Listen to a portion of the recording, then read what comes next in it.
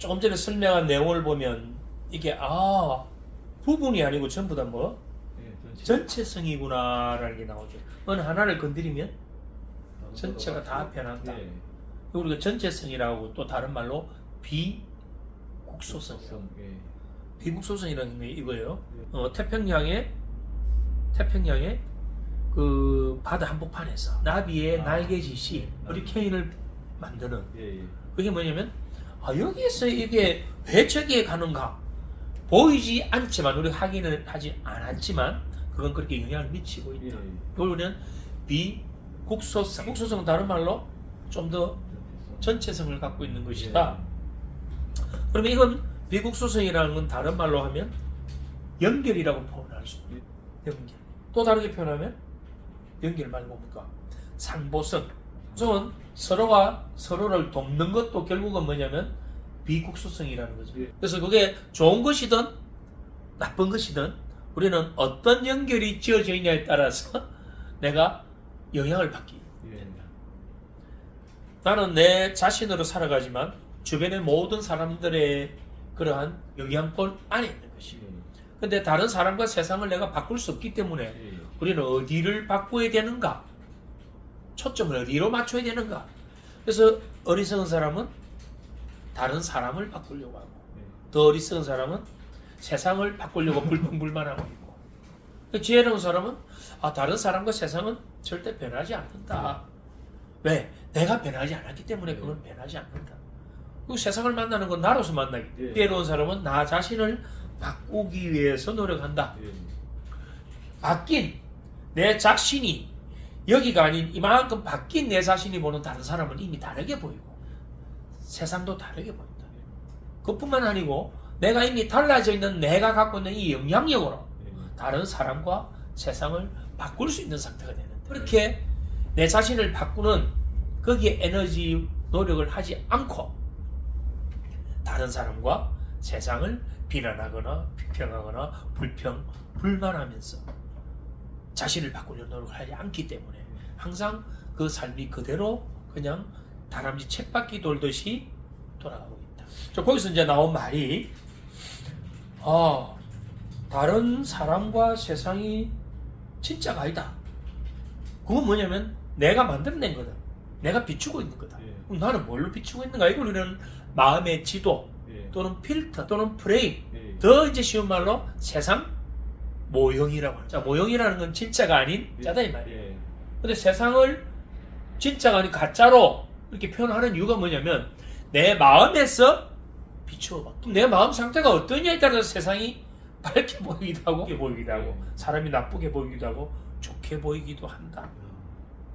자, 이 세상 모형 이건 집으로 치면 바깥을 볼 수 있는 창문이에요. 우리는 그 창문을 통해서 보는데 그 창문에 어떤 썬팅이 돼 또는 내가 안경을 끼고 있는데 어떤 색깔의 선글라스를 끼고 있는가에 따라서 보일 뿐이죠. 그 어느 것도 절대적인 것은 없다. 그래서 내가 끼고 있는 이 선글라스 내 창문의 썬팅 이걸 바꿔야 된다. 그걸 바꾸기 위해서 노력을 하지 않고 계속 그것으로 비추어진 가짜 세상 모형에 계속 휘둘린다면 우리는 쏟고 있는 거지. 그 쏟고 있는 그 상태를 뭐냐면 자기 상실이라고 하는 진정한 자기가 아닌 가짜 자기에 쏟고 있다. 얼마나 안타까운 거예요. 테사는 T, E, S, A. 자, 요거는 뭐냐면 T는 thinking, 생각을 이야기하는 거예요. E는 emotion, 우리가 정서, 감정을 이야기하는 거예요. S는 speech, 말하는 거. 좀 넓게 이야기하면 언어예요. A는 action, 행동을 이야기하는 거예요. 그럼 이걸 우리가 읽을 때 그냥 테사라고 이렇게 읽으면 외우기가 아주 쉽잖아. 저기 우리가 저 공부를 아까 했거든. 저 공부를 하고 나서 이제 테사를 보니까 저기서 가장 중요한 게 우리는 뭘 이야기하고 있나요? 생각과 말과 감정과 행동을 이야기하고 있거든. 근데 마음이 빠졌어요. 늘 이유가 없지. 왜? 생각과 감정이 함께 들어갔거든. 예. 그리고 저거를 이제 다 공부를 하고 나서 보니까 저게 굳이 뭐 어느 거를 물고 들어오더라도 예. 나중에 습관 하나만 물고 들어오더라도 예, 습관 하나를 가지고 내 책을 쓸 수 있단 말이에요. 예. 이 원리를 알아버리면. 예. 왜? 습관이 바뀌면 저 나머지 모든 게 다 변하고 예. 성격을 바꾸면 모든 게 다 변하니까. 근데 퇴사는 이것 중에 그 중요한 뇌를 바꿀 수 있는 4가지를 물고 들어갔잖아. 뭐였죠? 생각과 감정과 말과 행동. 예. 이것도 마찬가지예요. 이 4가지 중에 한 가지만 바꾸면 나머지 3개는 자동으로 바뀌어버려요. 근데 이 4가지를 다 바꿀 수 있다면 예. 그 변화는 강력한 힘을 갖지 않을까요? 순서를 의미를 부여해서 넣는 것일 뿐이지 그것을 해도 관계는 없어요. 나는 말보다는 생각을 계속 반복하면서 나를 변화시켜 보겠다면 그게 본인에게 맞다면 그걸 선택해도 돼요. 근데 일반적으로는 말을 제 앞에 놓아두는 이유가 있다 이 말입니다. 왜? 우리는 말을 하지 않고는 살아갈 수가 없거든. 실제로 또 말이 갖는 힘이 가장 강력하더라. 왜 강력한가를 보니까 우리의 모든 학습과 경험이 아까 뭘로 부화됐다? 언어로 부화돼서 내 저장돼 있거든. 거기에는 감정이 버무려져 있다. 특정한 언어를 쓴다는 것은 이미 특정한 언어를 쓴다는 것은 특정한 생각을 불러내고 감정을 일으키고 마음을 만들고 그 언어와 관련된 행동을 하게끔 만든다. 그래서 이 언어가 갖고 있는 힘이 가장 크더라 라고 해서 우리가 말을 제일 앞에 놔놓은 거예요. 근데 퇴사에서는 그거를 생각을 앞을 빼놓은 거예요. 생각을. 왜? 저기서 우리가 다 풀었는데 꼭 같은 것도 가져오면 또 재미없잖아. 그래서 순서는 꼭 이게 그하다는 건 아니에요. 이게 절대적인 것이라는 건. 다만 일반적으로는 생각을 제일 먼저 앞에 당겨요. 우리는 어떤 생각에 의해서 말이 나오기도 하고 그러니까 생각을 앞으로 당기는 게 제일 먼저고. 근데 저기서 이야기하는 건 뭐냐면 우리가 이 공부하는 과정이 마음과 언어예요. 마음과 언어를 어떻게 사용해서 우리 삶을 바꿔볼 것인가로 접근 들어가기 때문에 언어를 제일 앞으로 당긴 거예요. 강조하기 위해서. 실제로는 우리의 생각이죠. 말을 안 해도 내 혼자 있을 때도 나는 끊임없는 생각에 빠져 있잖아. 근데 그 생각을 어느 한 곳에 초점을 맞추어서 거기에 반복적인 내 생각을 쏟는다면 놀라운 힘이 나오죠. 그래서 옛날 그 광고에 그런 광고를 들어보셨나 모르겠다. 생각은 에너지다. 그 정유회사에서 옛날에 썼던 카페예요. 생각은 에너지다. 실제로 그걸 과학적으로 증명할 수 있거든. 반복적인 생각을 한다는 것 자체가 뇌에 관련된 신경회로를 활성화시키고 물질을 분비시키고 내 몸을 변화시키고 또 그러한 변화로 인해서 나는 변화된 어떤 행동을 하게 되고 그 행동에 의해서 뭔가 결과를 만들어내니까 내 생각을 끊임없이 반복해버리니까 결국은 내 존재가 바뀌어버리고 내 삶의 모든 것이 다 바뀌어버린다. 제일 풀기 쉽죠. 그게. 맞아요. 그건 나중에 이제 뒤에 따로 공부할 건데 기억이에요. 자, 우리 기억은 감각기억, 단기기억, 장기기억으로 분류해요. 감각기억은 아주 수초 동안 일어나요. 내가 여기 딱 하면 이게 감각기억이에요. 눈으로 본 거 다 감각기억이에요. 이것이 뇌로 올라가면 그게 짧은 기간 단기기억으로 들어와요. 수많은 감각기억 중에 일부만 단기기억으로 들어와요. 그럼 단기기억은 보통 시간적으로 보면 이제 또 학자들에 따라 다르게 분류해요. 보통 뭐 한 15초 내외 짧은 걸 단기기억이라 하는 학자들도 있고 또 어떤 사람들은 최근 약 1년 정도의 기억을 단기기억으로 보자 하는 사람도 있는데 일반적으로는 그냥 짧은 기억 그건 단기기억이라고 그래요. 그럼 단기기억 넘어가면 이제 이 기억은 뭐냐면 장기기억이에요. 단기기억은 대부분 의식적 영역. 그럼 장기기억은 대부분 잠재의식적 영역이에요. 장기기억. 그럼 이 장기기억은 또 2개로 나눠져요. 하나는 외현기억, 하나는 암묵기억. 그 외현기억은 또 2개로 나눠져요. 의미기억과 일화기억. 의미기억은 개념, 내 경험과 관계없이 개념적 학습을 통해서 저장하는 것. 예를 들어서 어떤 의미나 학교에서 배우는 공부들은 대부분 의미 기억들이죠. 내 경험과 관계없이 배우니까. 근데 일화 기억은 뭐냐면 내 경험이 가미됐으니까 여기는 강렬한 정서가 들어가죠. 예를 들어서 수영을 배운다, 자전거 타기를 배운다, 또 스포츠 활동을 한다, 이런 건 뭐냐면 경험이잖아. 근데 거기에 강렬한 정서가 들어가니까 이 기억은 잘 지워지지가 않아요. 일화 기억 시스템이라고 하는 거예요. 그래서 만약에 강렬한 어떤 변화를 일구고자 하면 일화 기억 시스템을 만들어주는 게 좋고, 그리고 공부를 통해서 뭔가 하는 게 금방 날아가 버리고 변화를 잘 안 일으켜주는 게 의미기억이라고 했습니다. 의미기억. 자, 그럼 조금 전에 물어봤던 나도 모르게 찰나의 순간에 뭔가 확 올라오는 거, 그건 일화 기억도 아니고 의미 기억도 아니고 바로 예형 기억이 아닌 암묵 기억이라는 거예요. 암묵 기억. 암묵 기억은 뭐냐면 내가 가다가 신발끈이 풀렸어요. 근데 신발끈이 풀렸으면 나는 신발끈을 그냥 무심코 매는 거예요. 근데 그 신발끈 묶는 걸 내가 생각해서 하는 게 아니에요. 생각 없이 의식적 개입이 없이 나는 그게 저절로 탁 나오는 거. 이걸 암묵적 기억. 아주 깊은 무의식에 있는. 이게 그 이전에 과거의 학습이나 경험에 의해서 밑에 깔려 있지만 내가 직접적으로 여기에 접근할 수는 없지만 나도 모르게 탁 올라오는 것. 그것이 유전도 영향을 미쳐요. 그것에 의해서 아까 찰나의 순간에 팍 먼저 올라와 버렸단 말이에요. 그러니까 그 선택은 우리가 일반적으로 선택은 의식적 영역에서의 선택이고 그건 반응이에요.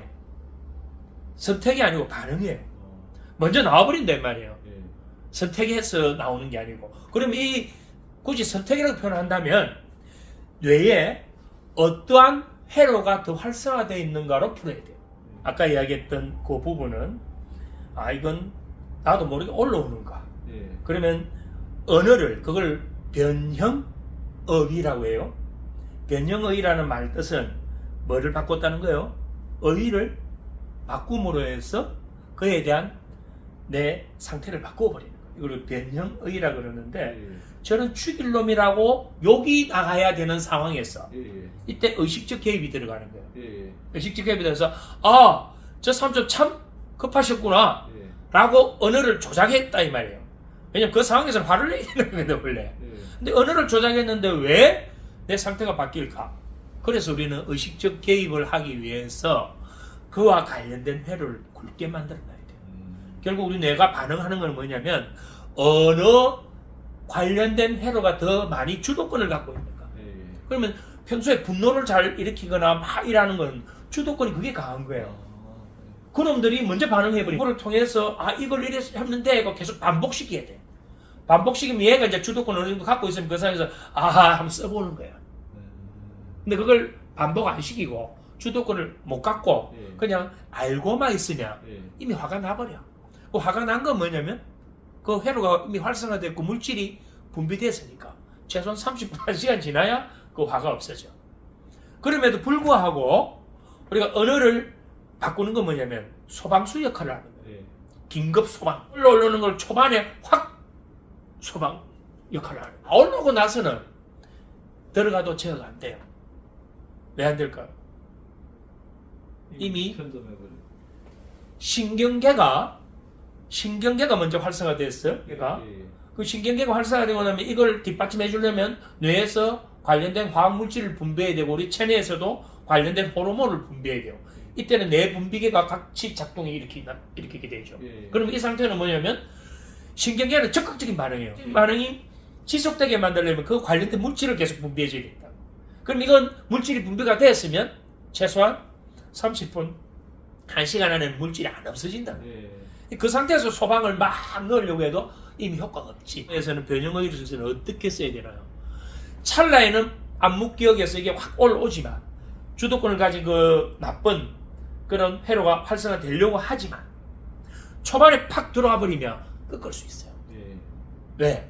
우리의 모든 기억은 언어로 보호되어 있기 때문에 특정 언어를 건드리면 우리의 경험이 달라져 버려요. 경험이 달라지면 우리의 상태가 달라져 버려서 확 올라오던 불이 확 꺼져 버리지. 쉽게 말하면 아주 뜨거운 물에 차가운 물을 딱 부어버렸으니까 중화가 돼버리지. 가라앉는다. 좋은 질문이에요. 예리하게 잘 짚으시네. 이제 나중에 이제 상담을 직접 해보면 그게 포인트예요. 어떻게 보면 자기가 변화하고자 하는 의지가 갖고 있으면 안 변할 사람 아무도 없지. 그런데 만약에 자기가 우울증을 앓고 있다. 그 사람 의지가 있을까요?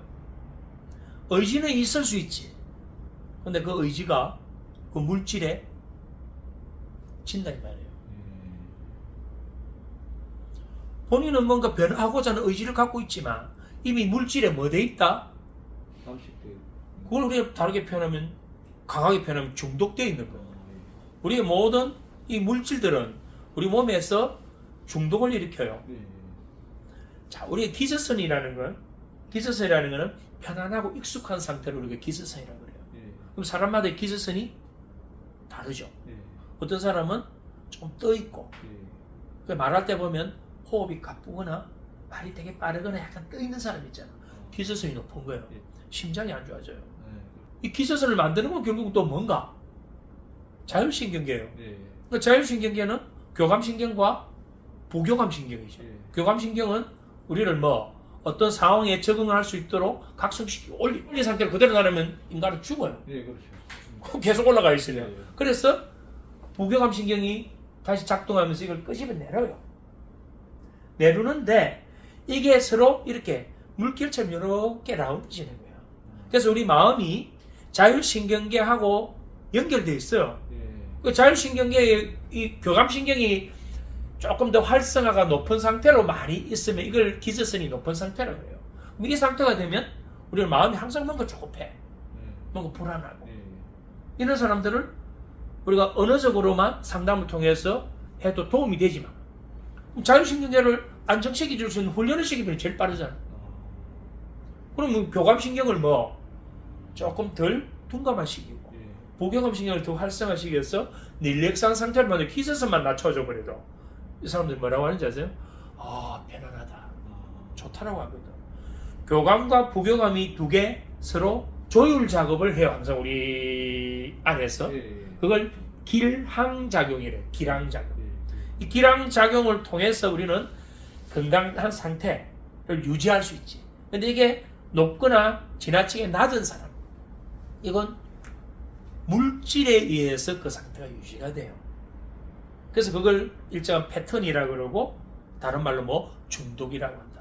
그럼 내가 우울한 상태에서 축 처진 상태로 오래 있다는 것은 그와 관련된 물질에 이미 내가 노출돼 가지고 반복되어 버렸다면 그게 내 의지로 일시적으로 빠져나와요.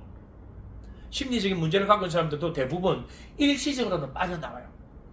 그런데 뭐에 중독돼 있겠나요? 그럼 물질에 중독돼 있으니까 어디로 빨리 가야 되냐? 다시 우울한 상태에 들어가야 되는 거예요. 중독은 잘 이해해야 돼요. 중독은 중독 상태에 들어갔을 때 편함을 느껴요.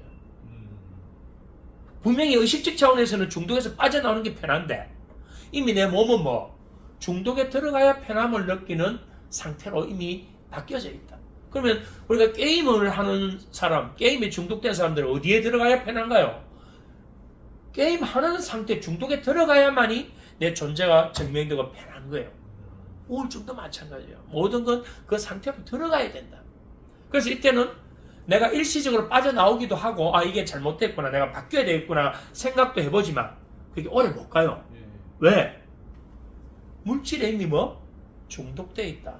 그래서 우리는 이러한 중독 상태에서 빠져나오게 만들려면 이 중독 상태보다 더 강한 새로운 중독을 만들어내야 되지. 그 중독을 자꾸 헤집어 봐야 일시적으로만 의식적으로 그래 이거 이래야 되겠네. 작심삼일이에요. 대부분 작심삼일. 그럼 뭐 하냐면 이 안에 다른 회로를 만들어줘야 된단 말이에요. 어떤 회로를 만들어줘야 되나요? 더 우울보다 불안보다 더 이것보다 더 나은 새로운 회로를 만들어줘야 돼요. 이걸 안 만들어주고 이걸 건드리면 일시적으로 빠져나오는데 다시 어디로 가야 되나요? 평소에 회복이 되었다 하더라도 충격이 들어오거나 새로운 어떤 뭔가 자극이 오게 되면 다시 그걸로 들어가 버린단 말이에요. 의지가 이걸 못 이겨요. 중독 상태로. 그래서 새로운 회로를 만들어 가지고 둘이가 좀 균형을 맞추게 하죠. 균형을 어느 정도 맞추고 나중에는 더 이걸 활성화시켜서 전형신경을 더 굵게 만들면 이제 이 중독 상태보다 더 굵은 게 만들어졌으니까 이 중독은 제어가 될 수 있는 거죠. 근데 이걸 안 만들어 놓고 계속 이것만 가지고 네 문제야, 이거 문제니까 바꿔야 돼 라고 하면 일시적 변화가 올 뿐 근본적인 변화는 대부분